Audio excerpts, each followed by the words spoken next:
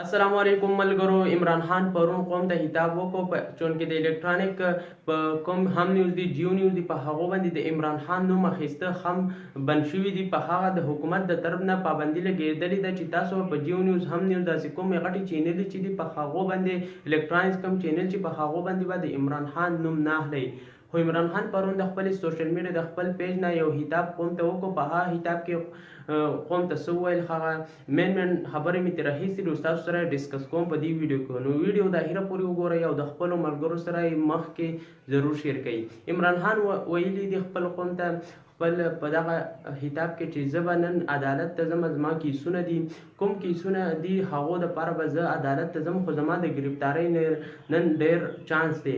که چیرې زه ګرفتار شم نو تاسو ټول قوم ته زما خطاب دی چې تاسو راوځئ او یو پرامن احتجاج په تاسو کې هم څوک توړ پوړ کوي نو هغه تاسو پخپله نیسئ او پولیسو ته حواله کوئ. هغه زموږ د پی ټي آی کارکون دی د عمران خان چې خپل قوم ته پرون په خطاب کې ویلي. طرف ته عمران خان ته هم د دوبۍ افر میلاو شو چې ته دوبۍ ته تللی شې، په تا چې کومه قاتلانه حمله شوې وه ته د هغه سرجري ستا صحیح نه ده شوې، ته دوبۍ ته خپل ټیسټونه خپل معاینې له دوبۍ ته شې تللی ته ازاد یې. خو عمران خان وایي چې زه نه دوبۍ ته ځم، د خپل ملک نه بهر ته هېڅ چیرې هم نه وځم او پاکستان وطن نه زه هېڅ چیرې هم نه ځم. او که چیرې زه تللی نو زه به تللی وی د وخته زه تاسو دا نور کوم پالیټیشین چې یاستئ تاسو چې کله حکومت وکړئ او بار ملکونو ته ځئ نو دا شانته کې زه هم تللی شم خو زه نه ځم، چونکې د نواز شریف چې په بار ملکونو کې څومره قدر دی د هغه نه به زما قدر سوی. زما د هر ملک سره تعلقات دی او واقعي چې د عمران خان د هر ملک سره تعلقات دي د ټولو ملکونو خوښ هم دی.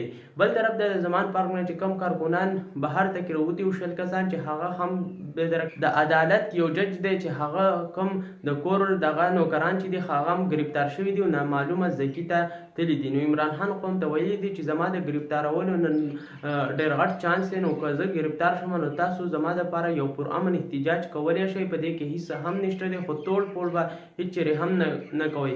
او په 9 تاریخ چې کوم واقعیت دی هغه زموږ کارکونانو زموږ پی ټي آی والا نه دي کلي، چونکې په دې کې نورې پارټۍ والا ټل شوي دي، هغو هر څه وران کړي. هغو ویل چې دا پی ټي آی والا پې بدنام شي، خو دغه کیسونه هر څه به زه ګټم. او بل طرف ته د پی پی پي او د نون لیگ په منځ کې هم اختلافات روان دي، په یو بل ته بدنیته شوي دي.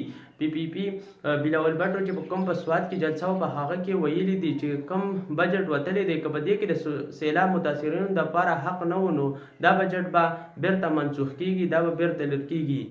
یو جهان مننه. ویډیو مخکې ضرور شیر کړئ، زموږ چینل هم سبسکرایب کړئ، پیج هم لایک فالو کړئ.